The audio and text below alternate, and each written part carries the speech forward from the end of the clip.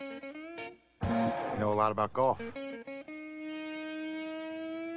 Well, we're waiting.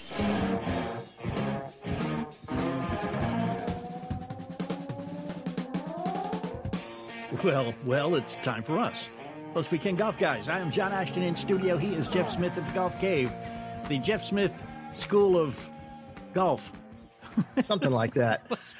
What's the new name, man? What it's just Jeff Smith Golf Instruction. It's Jeff really Smith that simple. Golf Instruction. Okay. Yeah, just Jeff Smith Golf Instruction. Yeah, I am keeping Plain and Simple Golf School, right? I am going to keep that. All my classes and all those other things will be under the heading of Plain and Simple Golf School. But Gotcha. People know me as Jeff Smith, and they don't know me as Plain and Simple Golf School all over the land because of, well, one, this radio show for one. And the other thing is, once they take a lesson from you, they know that you are plain and simple. You explain it very plainly and very simply.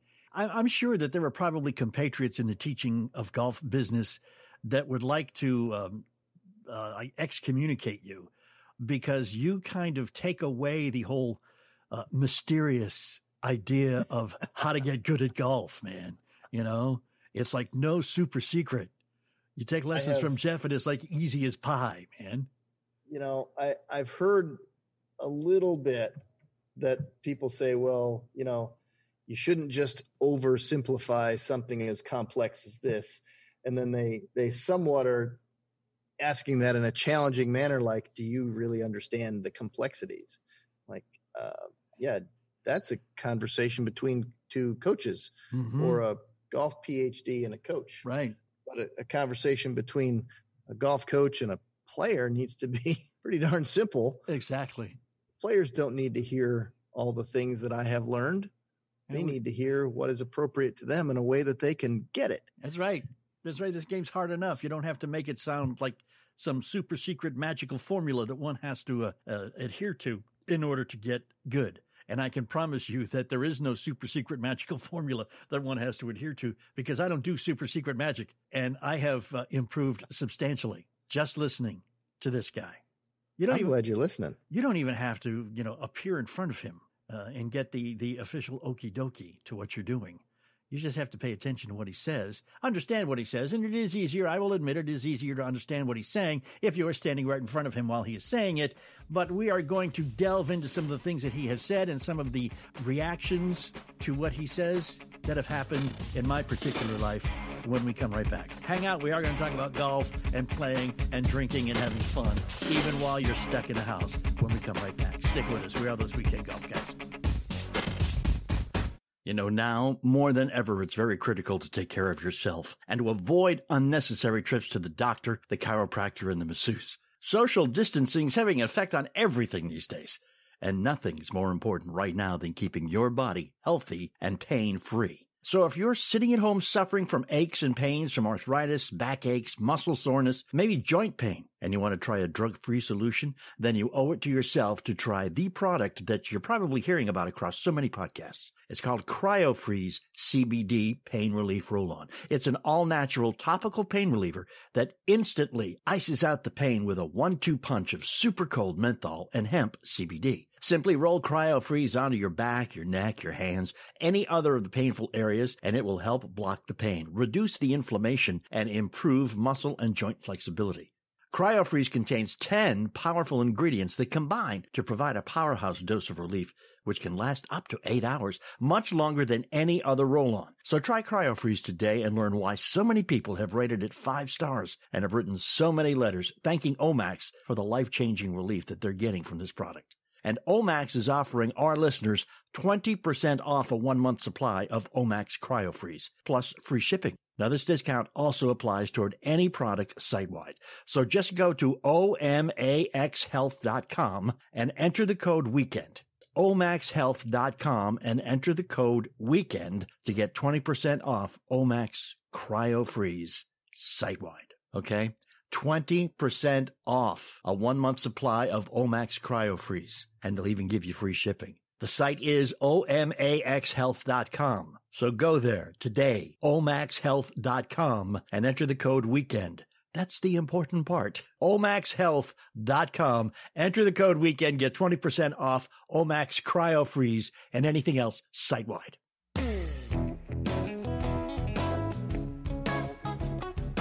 Okay, we are here, those weekend golf guys. I am John Ashton in the studio. He is Jeff Smith in the golf cave where he belongs at Timbergate Golf Course.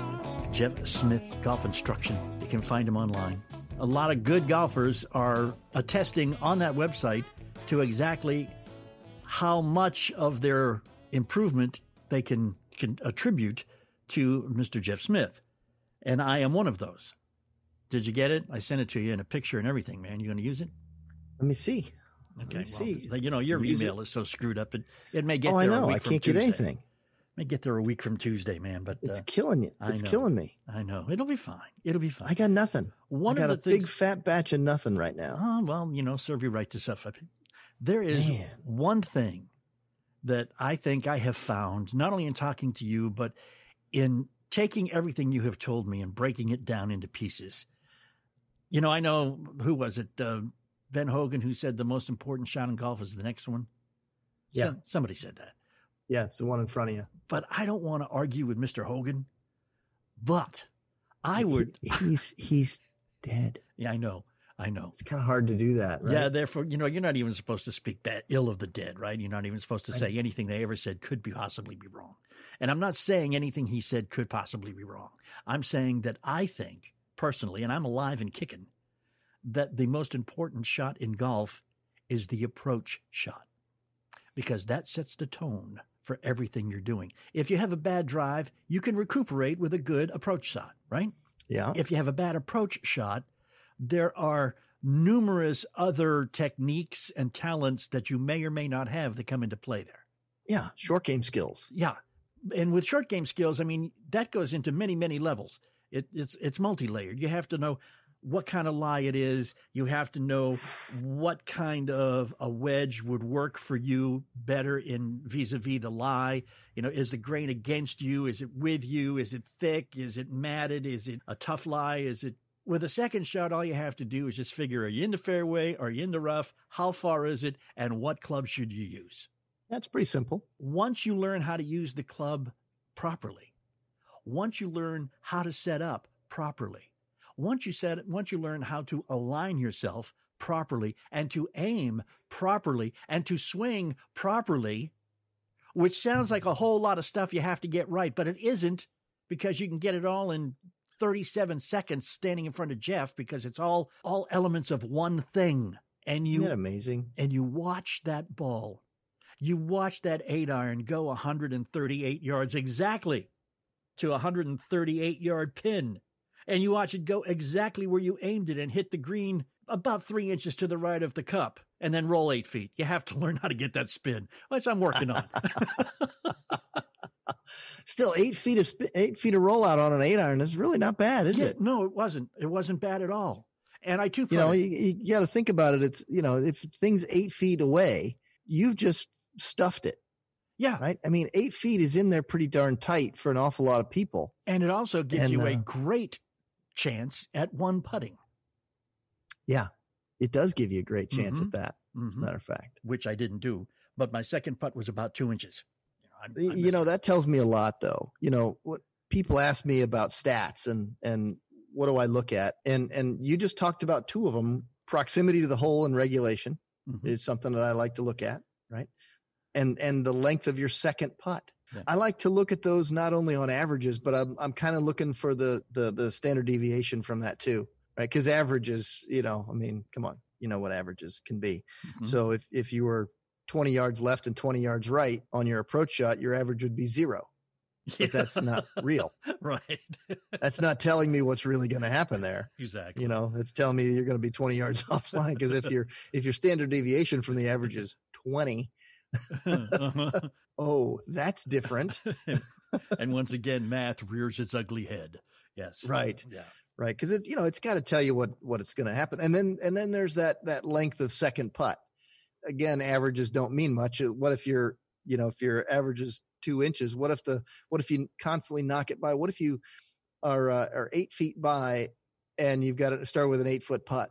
You basically hit a 16-foot putt, right? Right. Mm-hmm.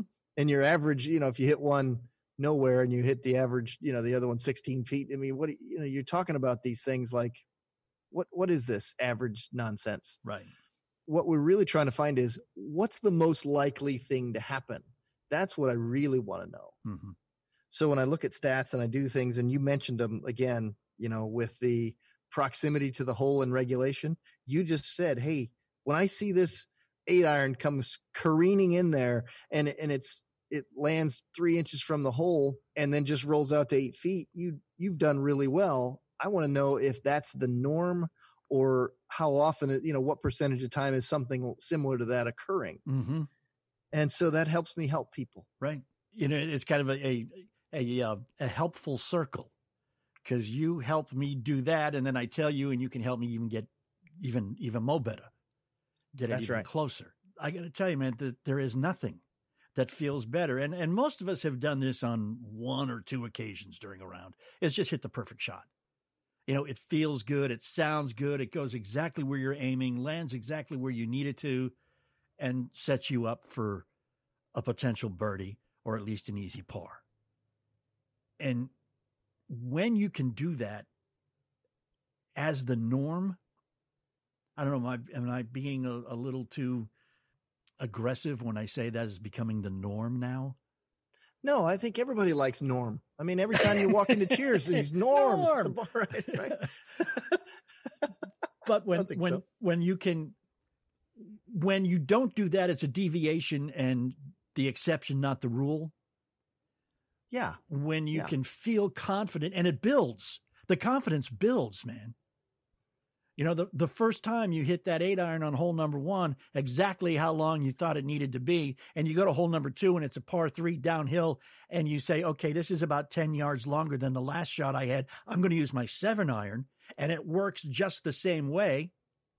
It hits the green and stays below the hole by about 10 feet. You go, maybe, finally, I'm learning how to play this game. Maybe. Maybe. Yeah, time will tell. That really is it, though, isn't it? Right? If you can control the face of your club and you can control your golf ball, you can learn how to play this game a whole lot faster. Mm-hmm. Because you see, the ability to hit the ball where you want it to go is an amazing thing. Can you imagine somebody learning how to play and learning how to swing it so that we can control where the thing goes? Mm-hmm. How much suffering we can avoid? Mm-hmm. Look back on your own history, John. Do I have let's to? all take it. Let's all take a moment. How much pain and suffering is in that personal history of lost golf balls, of poor contact, of dubbed shots, of embarrassment, to the point where you didn't even want to play with other people because you were embarrassed about your own game. Right. But yet your game is improved now. And now all of a sudden you're much more confident. Right. Playing. Confident Can you imagine enough to play in if front of another other player learned how to do that, to control their golf ball, mm-hmm. and then the learning curve that they had was just increased dramatically. Yeah. All of a sudden they took away all that frustration time and put it into, wow, this game is easier than I thought. Yes. That's right. It is. And can be played much more enjoyably. The golf course we played at last Saturday mm-hmm. was devoid of, let's say, a alcohol license. So we did that well, even without swing juice. Really? Yeah. So you played an entire 18 holes of golf. Mm-hmm. And you remember every single swing. Every single swing. For a change. However, I will have to throw out a caveat here that there are things that even when you're doing well, you have a tendency to, let's say, sabotage yourself. And we'll explain that when we come right back. We are those Weekend Golf Guys. Hang with us here. Of course, we have a Facebook page, facebook.com/Golf Guys. We would love it if you were to go there and like us. Facebook.com/Golf Guys. I want to tell you about the coolest gift you can give your mom for Mother's Day or any other loved one, grandma, whoever. It is called a skylight frame. It is a touch screen photo frame. It comes with an exclusive email address, so everybody you know can send pictures to that email address, and in seconds, those pictures will show up on the frame. It's a 10-inch, beautiful touch screen, black frame, so it fits right into wherever you have it in the house, fits the decor. And I got to tell you, man, pictures, immediate. My wife sits now and just stares at the picture frame. She says it's even more fun than watching TV. But right now, as a special holiday offer, we can get you $10 off your purchase of a skylight frame when you go to skylightframe.com/golf and then enter the code GOLF. That's right. You get $10 off your purchase of a skylight frame. Just go to skylightframe.com/golf and enter the code GOLF. That's SKYLIGHTFRAME.com/golf. You know, now more than ever, it's very critical to take care of yourself and to avoid unnecessary trips to the doctor, the chiropractor, and the masseuse. Social distancing is having an effect on everything these days. And nothing's more important right now than keeping your body healthy and pain-free. So if you're sitting at home suffering from aches and pains, from arthritis, backaches, muscle soreness, maybe joint pain, and you want to try a drug-free solution, then you owe it to yourself to try the product that you're probably hearing about across so many podcasts. It's called CryoFreeze CBD Pain Relief Roll-On. It's an all-natural topical pain reliever that instantly ices out the pain with a 1-2 punch of super cold menthol and hemp CBD. Simply roll CryoFreeze onto your back, your neck, your hands, any other of the painful areas, and it will help block the pain, reduce the inflammation, and improve muscle and joint flexibility. CryoFreeze contains 10 powerful ingredients that combine to provide a powerhouse dose of relief, which can last up to 8 hours, much longer than any other roll-on. So try CryoFreeze today and learn why so many people have rated it 5 stars and have written so many letters thanking Omax for the life-changing relief that they're getting from this product. And Omax is offering our listeners 20% off a 1-month supply of Omax CryoFreeze, plus free shipping. Now, this discount also applies toward any product site-wide. So just go to omaxhealth.com and enter the code WEEKEND. omaxhealth.com and enter the code WEEKEND to get 20% off Omax CryoFreeze site-wide. Okay? 20% off a 1-month supply of Omax CryoFreeze, and they'll even give you free shipping. The site is omaxhealth.com. So go there today, omaxhealth.com, and enter the code WEEKEND. That's the important part. omaxhealth.com. Enter the code WEEKEND, get 20% off Omax CryoFreeze and anything else site-wide. And we are back, those Weekend Golf Guys. I'm John Ashton. He is Jeff Smith. He's in Edinburgh, Indiana at the Timbergate Golf Course, teaching folks how to play golf much more better. And he can do that. Much more better. Yeah, he can do that for you, too. You got a question? You can always get in touch with him through the Facebook group, facebook.com/golfguys, talking about the approach shot being the most important one because it can recover you from a bad drive. It can set you up for birdie possibilities without having to worry about your short game. All I have to do is worry about putting. So what I would suggest is before you learn how to do anything else, I was told this a long time ago when I said to somebody, I need to work on my putting. I need to work on my chipping because I miss a lot of greens. And what they said was, no, you don't need to work on your chipping, John. You need to work on your approach shots. Yeah, there's a lot of conversation about that. Truer words were never spoken. You know, I got a guy that comes to me and he says something along the lines of this. Almost every time I see him, I'm terrible at chipping. I wish I didn't have to chip so much. And I said, you're right. I wish you didn't have to chip so much. Let's go work on hitting it closer with your irons. Mm-hmm. And he kind of looks at me and goes, but I want to work on my chipping because I'm terrible at it. I said, yep, let's make sure you don't have to use that very much. Right. He says, I've been terrible at this for a long time. I'm like, I know. You and the rest of the world, buddy. Yeah. Do we want to beat a dead horse with the chipping, or do we want to attack the real problem of why do you have to so often? Exactly. Attack the problem. Irons. I know a lot of people go, I can hit like my 8 and 9 iron real well and good, from 100 yards or so with my pitching wedge. But it's the long irons that really give me problems. I used to have that problem too. But Jeff, correct me if I'm wrong, like I know you always will. This is the fun part of the show, folks.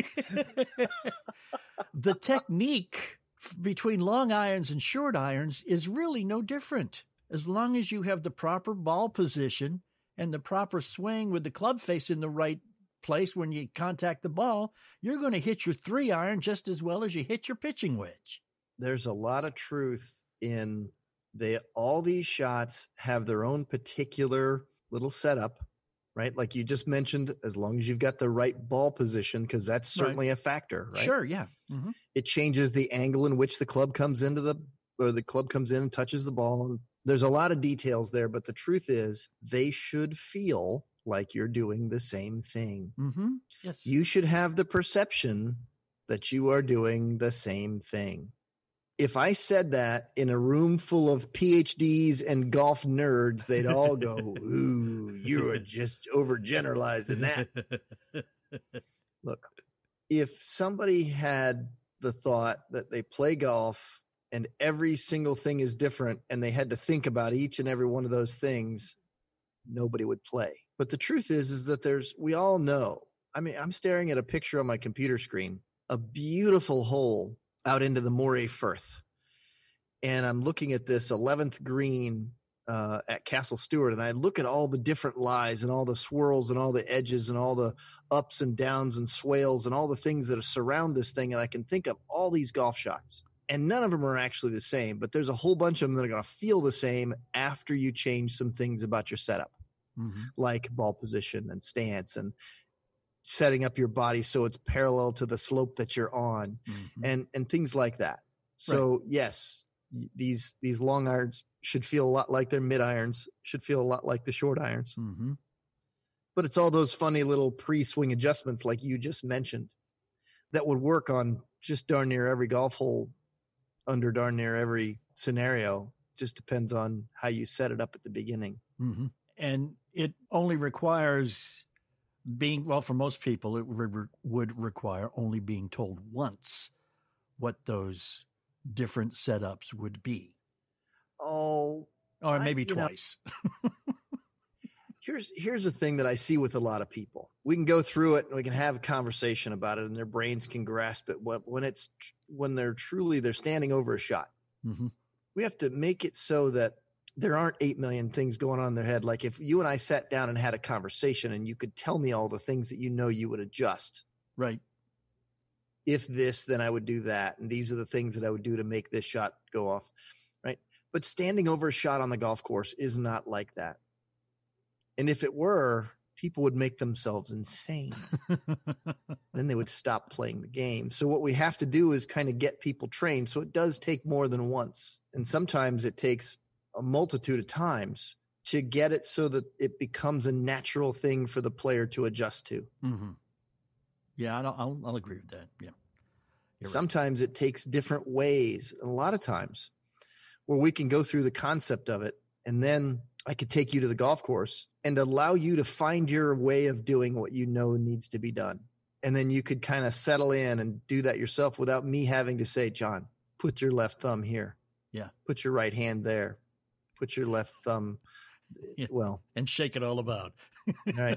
Left foot, do that. Right. And I might not have to do any of those things with you. I might just say, John, go out there and do the hokey pokey. Yeah. But case in point, okay?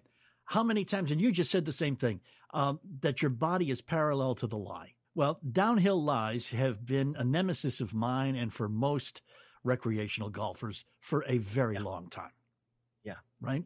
Tilting toward the target with your spine is hard. It is hard unless you have a teacher who says, listen, just put more weight on your front foot. Then you go, oh, wait.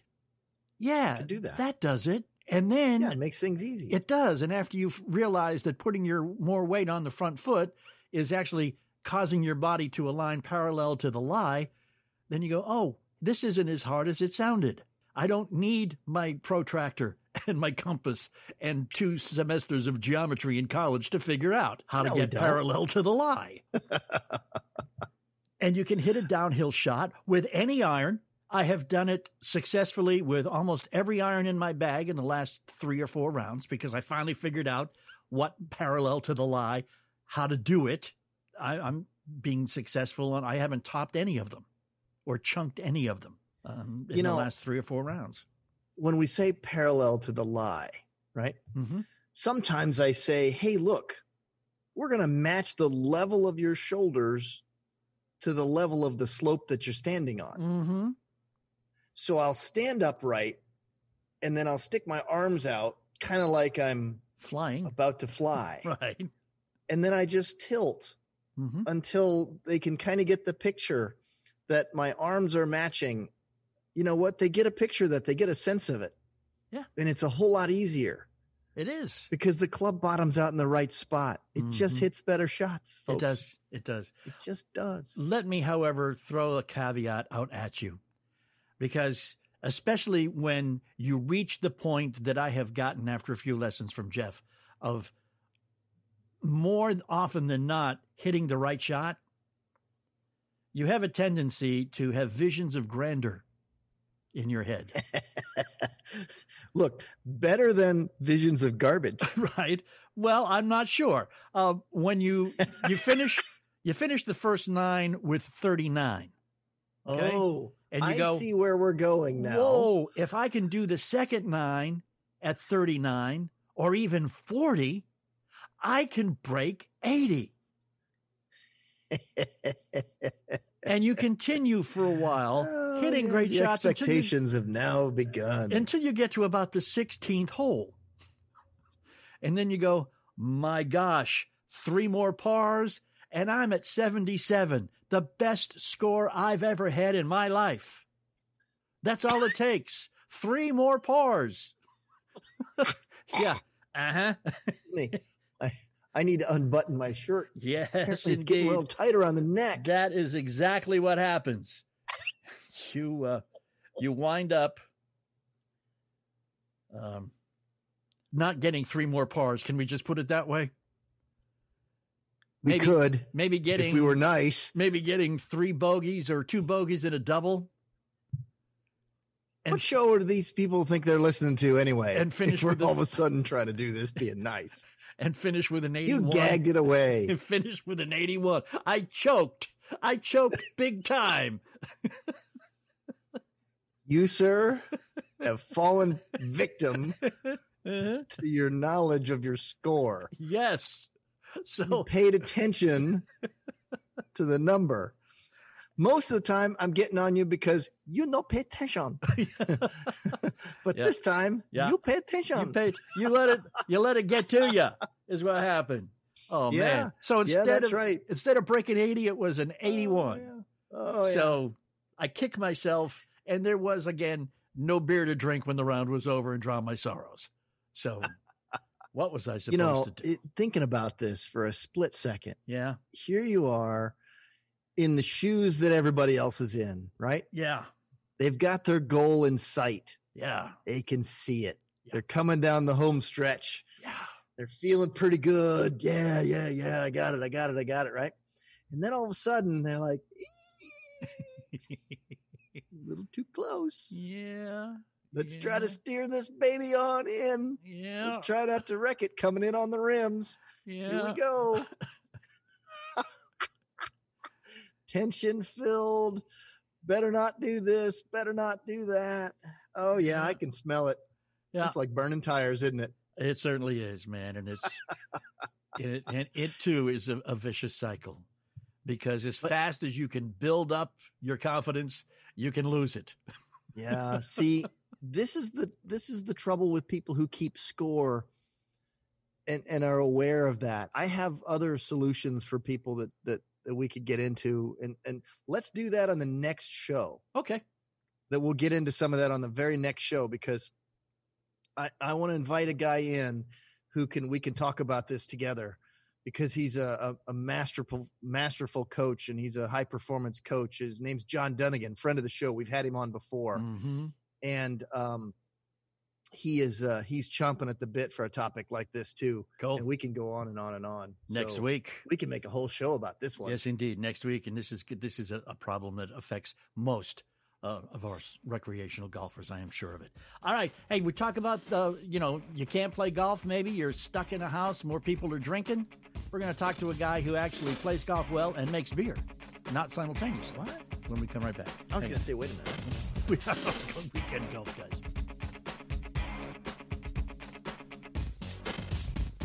I want to tell you about the coolest gift you can give your mom for Mother's Day or any other loved one, grandma, whoever. It is called a skylight frame. It is a touch screen photo frame. It comes with an exclusive email address, so everybody you know can send pictures to that email address, and in seconds, those pictures will show up on the frame. It's a 10-inch, beautiful touch screen, black frame, so it fits right into wherever you have it in the house, fits the decor.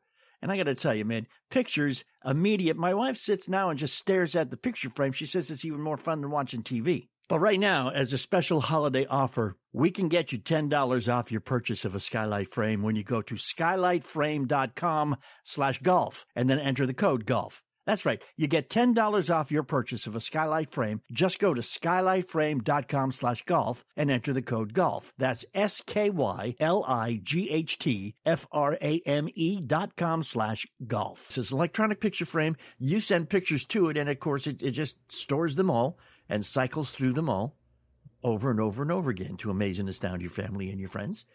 Easy to get to, though, because I can take a picture that, my parents would want to see. I can take it here at my house, 1,038 miles away, and email it to a specific email address that came with the frame. And in about 30 seconds after I email it in, that picture is going to show up in the frame in my parents' house. I'm 1,038 miles away.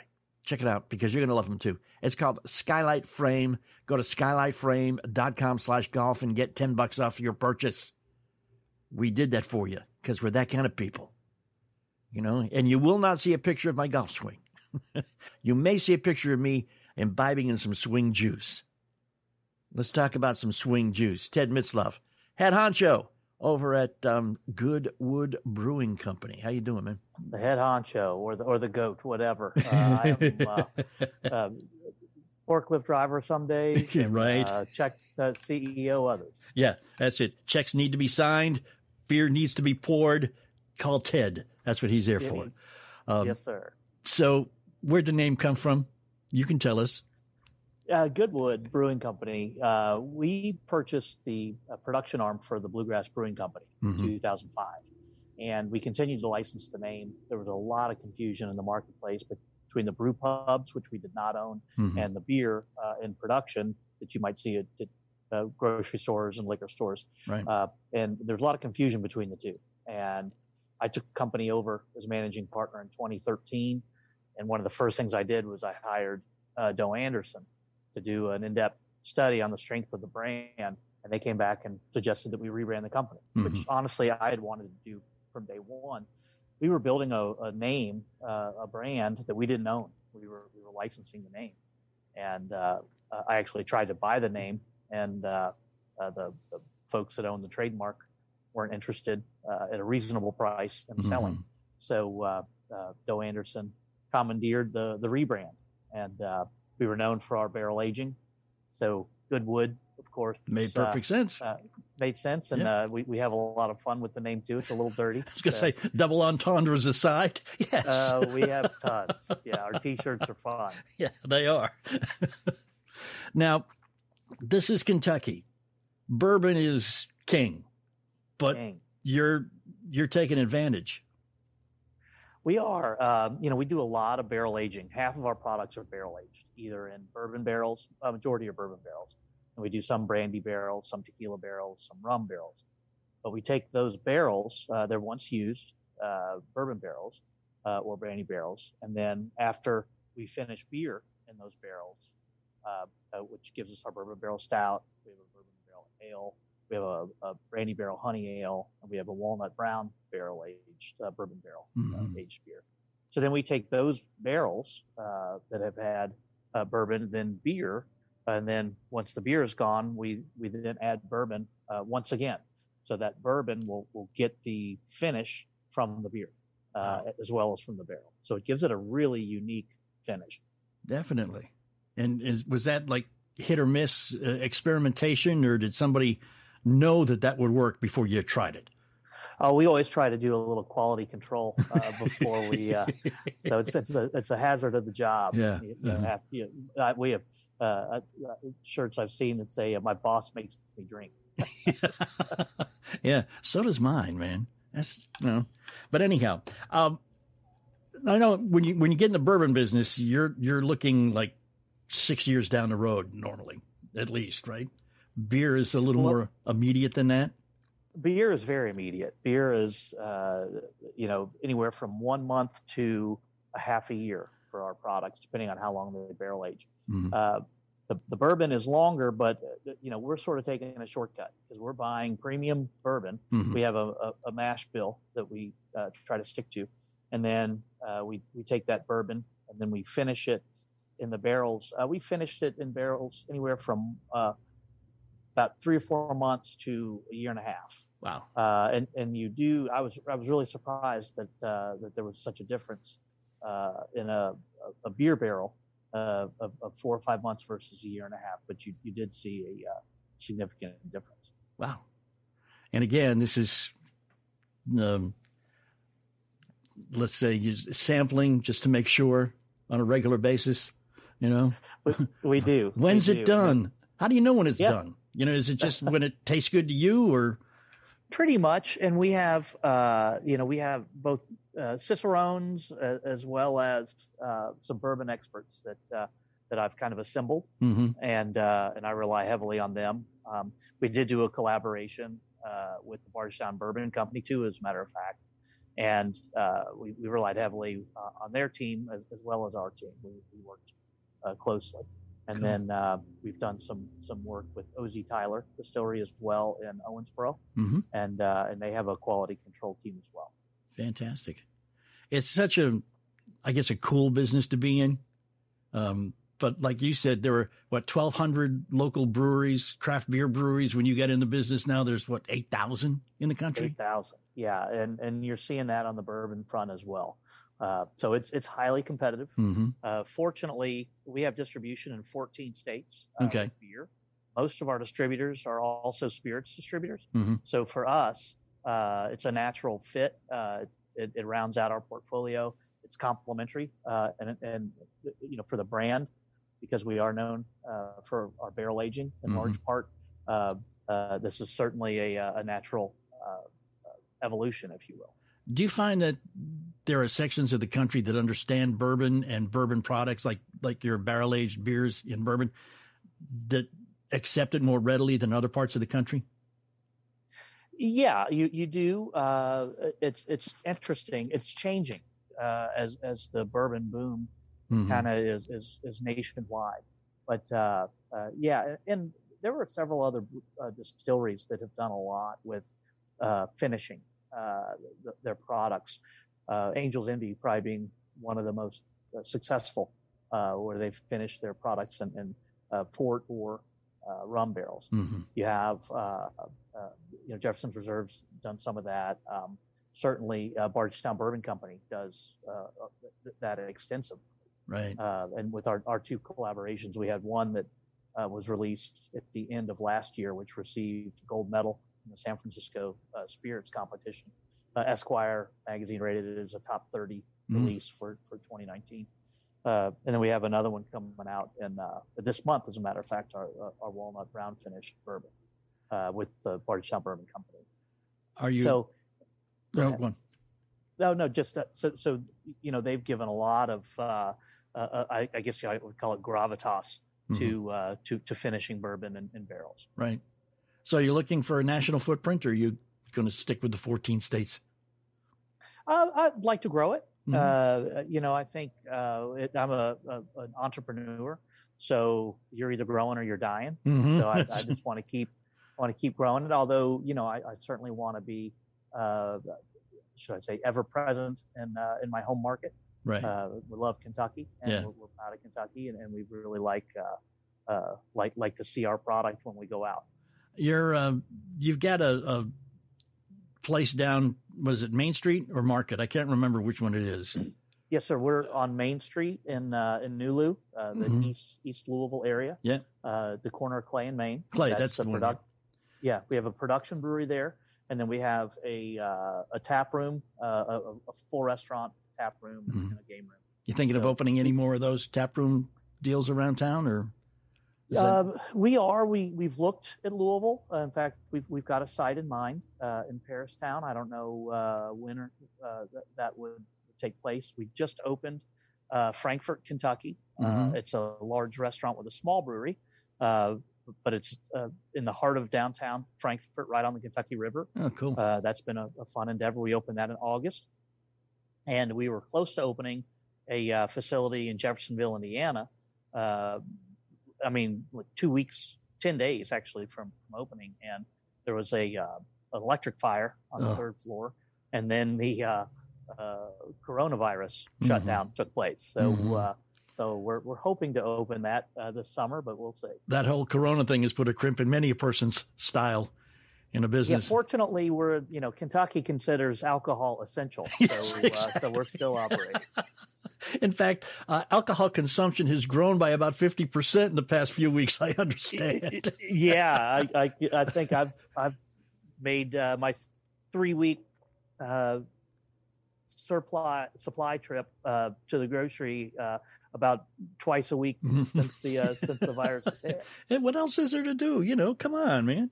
But I got to tell you, anybody who ends an email with "forgive the typos, it's hard to type while drinking beer" is That's right. my kind of guy. When I got to talk to this Ted guy, man, Ted Mitzloff with Goodwood Brewing Company, and man, you gotta have something light and refreshing for golfers, because we need that little swing juice thing.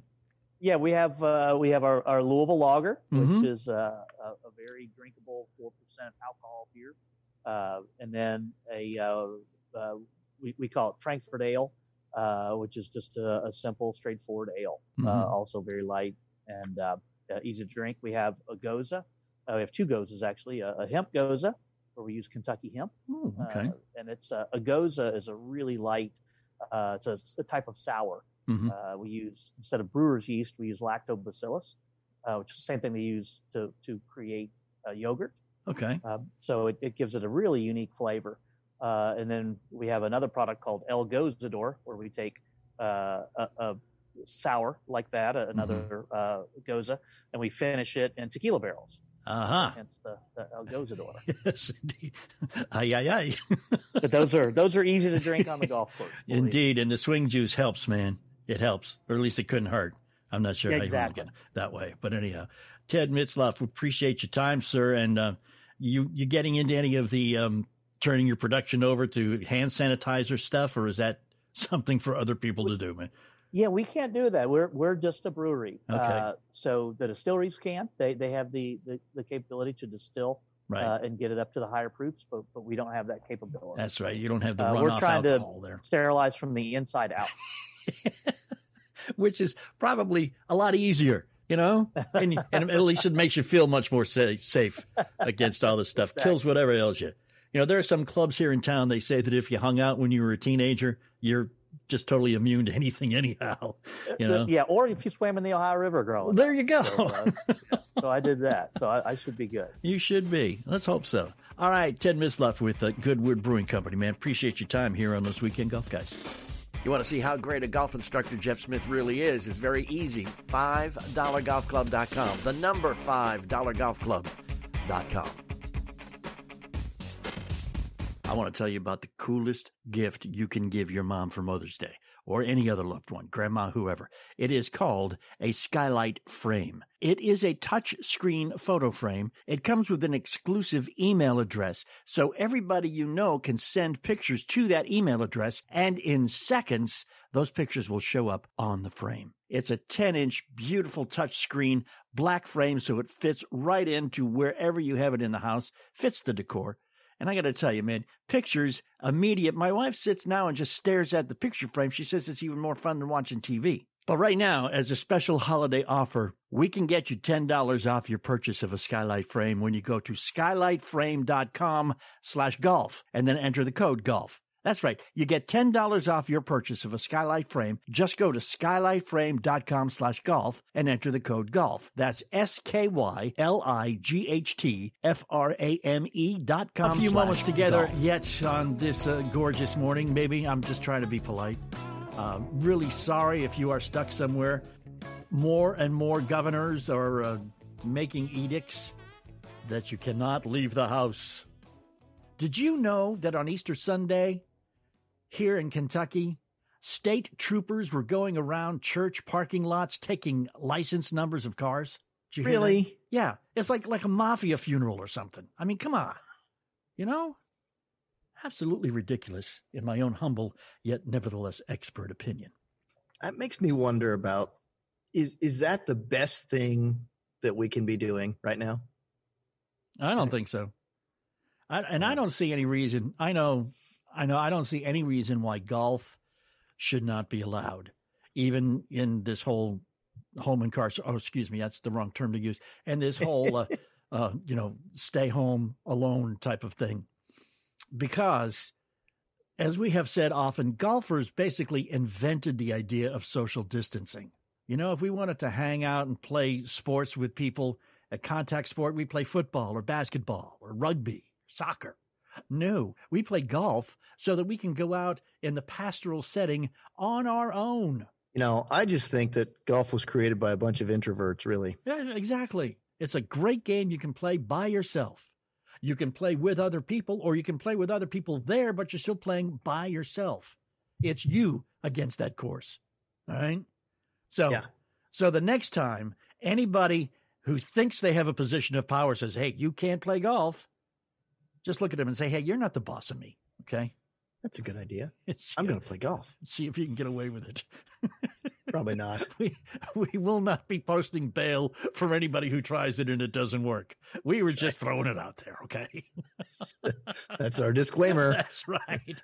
Want to thank Ted Mitzloff to talk about his Goodwood Brewing Company. Jeff for helping me and eventually helping you actually get those approach shots to the point where you don't have to worry about how well or how not well you chip. And then also want you to go to thoseweekendgolfguys.com. You can catch up on any shows you've missed. You can go. One guy actually said, hey, a great thing to do during this quarantine period is just binge on Those Weekend Golf Guys podcasts at thoseweekendgolfguys.com. Also, get in touch with us at facebook.com/golfguys. Other than that, like we said, just chance it. Go out there, get your clubs, be alone, and play some golf. This week's bonus content comes from 2 years ago, in April of 2018. We talked to a man named Shale Shah from Miami, who started a golf clothing line particularly to raise money to help fight cancer. And welcome back to Those Weekend Golf Guys. I am John Ashton in studio. Jeff Smith, who knows? Remember now, if you miss any of our shows, you can always catch them after the fact at thoseweekendgolfguys.com. Front page right there. Our most recent episode will be right there, and you can always subscribe through whatever podcast player that you like, because once it's aired on the radio, it goes right up online, and you can catch it there in perpetuity, including this episode, which is something that you're going to want to hear, because you know that golf is very much involved in charity. In fact, I did the research. $3.9 billion in charitable donations through golf in 2016, and that accounts for 1% of all U.S. charitable giving. So it seems to be something that golfers are used to. We play in scrambles to raise money. We do everything to raise money and to raise awareness. And we have a guest with us right now. His name is Shale Shah, and he's from Miami. He's in the clothing business. He's had some intimate relationships with the disease of cancer, as have many of us. And he's in the clothing business, in the apparel industry, has been all his life. And I guess, Shell, from what I hear, you said, I need to do something to give back. All I know is apparel, so how do I marry what I want to do with what I know how to do? Is that, in a nutshell, how this came about? Yeah, that is how it came about. The whole idea was it came about back in August of last year, so quite recent. Okay. Where I met a doctor out of University of Miami at a birthday party, and I asked the doctor, what does he do? And he said that he's working on a universal treatment for the cure for cancer, which is called 2DG. And I was quite intrigued with what he was talking to me about regarding how the science works, mm-hmm. and that he's very close of achieving the actual treatment and it's only a few years away. Wow. What 2DG stands for is basically duodeoxyglucose. It's a form of false glucose that starves the cancer cell to death. And with what the doctor was stating to me, he's already received clinical stage trial 1 by the FDA, and he's now working on clinical stage trial 2. Of course, he's looking for grant monies and also looking at the private sector. So I told him, I am very much intrigued in what you do, and I'd like to help. So, I'd like to create a clothing line that creates awareness of what 2DG stands for. And also at the same time, we will provide for every sale that we have with our apparel line, we will, give back a percentage of our sales. And it's a pretty significant percentage. It's 10%. Yeah. So it's not, it's not anything, not a small amount to consider. Exactly. So with that being said,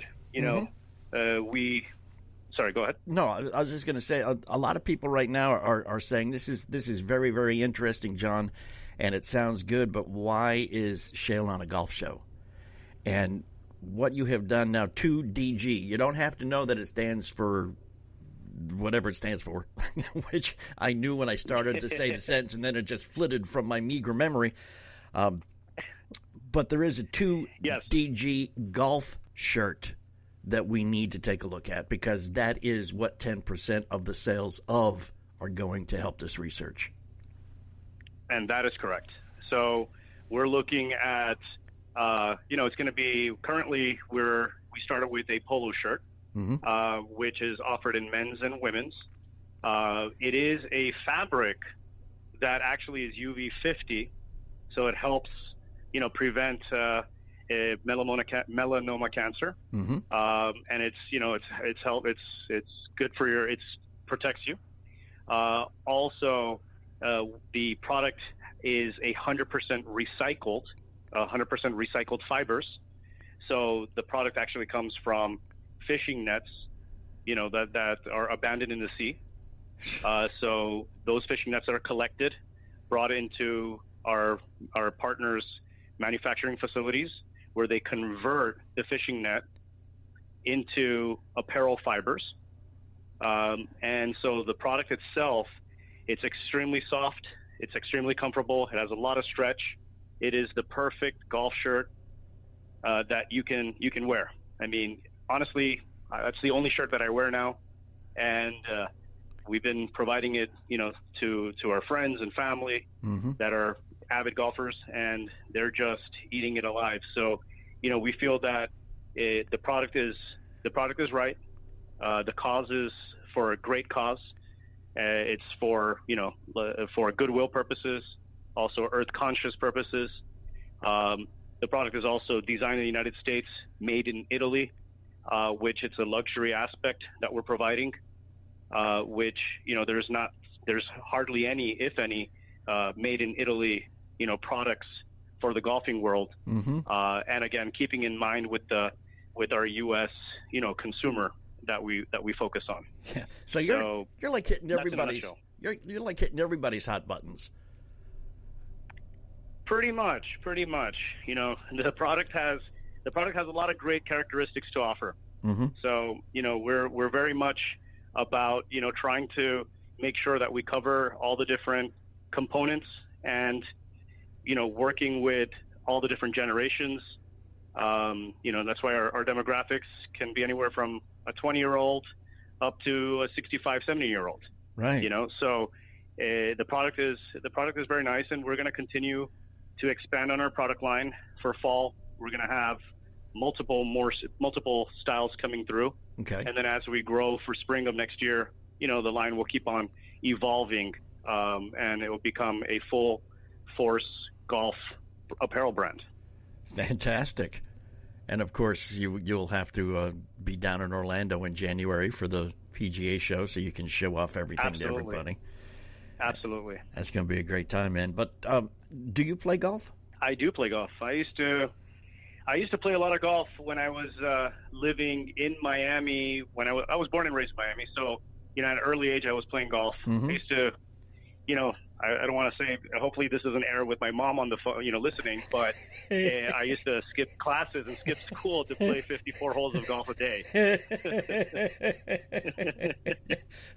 Sorry, Mom. So, yeah, sorry, Mom, by the way, but, it's all good now. Yeah. I used to play a lot of golf, and then I moved up to New York at 20, and it kind of was a little bit difficult living in the city, being able to, get a round of golf in whenever I wanted. Unlike Miami, everything's, 10, 15 minutes away by car. You can get on a course and play. Right, yeah. So, I've always had a picture of avid golfers schlepping a bag of clubs, through the subway on their way out to, Long Island or Jersey somewhere to play golf. And it's just a funny picture in my head. I can't imagine how folks in Manhattan manage to get a round of golf in. It's almost impossible. First off, take you 2 hours to get to a golf course. And then what are you going to do, Absolutely. I used to hit the driving range at Chelsea Piers almost every weekend. So that was the closest place to feeling like I'm playing golf whenever I want it. So it was a good situation. Not too bad. Now, were you throwing golf balls into the East River when you did that, or what's the deal there? So, come on. I used to drive so hard, the ball used to go right over the net. All the way to Brooklyn. Exactly, yes. Crossover. Hey, fantastic. Shale Shah, our guest here on those Weekend Golf Guys, the designer and the founder of a company called 2DG, which now has one luxury golf shirt on the market, but many more to come. And again, man, this is, it's a purpose. It's a mission, basically. Would that be fair to say? Absolutely. Absolutely. We want to make a mark in this world, a positive mark. We want to do the right thing. We do want to have a business, carry a business, but at the same time, leave a proper footprint behind for the next generation to have something positive to look at, especially in a world that we currently live, which, we need more positiveness and continue on. Sure. All right, tell you what, we've got a lot more to talk about, Shale, and we're going to hopefully get to that in just a few minutes. Going to take a little quick break here, but right now, though, you've got the one model, model, is that the right word to use for apparel? I would say style. Style, okay. A golf polo style, correct. Comes in many colors? Yes, actually it comes in 16 different colors, and it comes in stripes in the men's. Okay. And in women's, we have short sleeve and sleeveless. Oh, fantastic. And we'll talk about more about the shirt itself, and again, reiterate some of the reasons why it actually has been created, what the money is going for, and how you can maybe even see one and or get one when we come right back. So you're going to stay right where you're at. We are those Weekend Golf Guys, and we encourage you not to move. Of course, we have a Facebook page, facebook.com/Golf Guys. We would love it if you were to go there and like us. We'd love it even more if you'd go there and follow us. And you want to make us real happy, just go there and interact with us. Facebook.com/Golf Guys.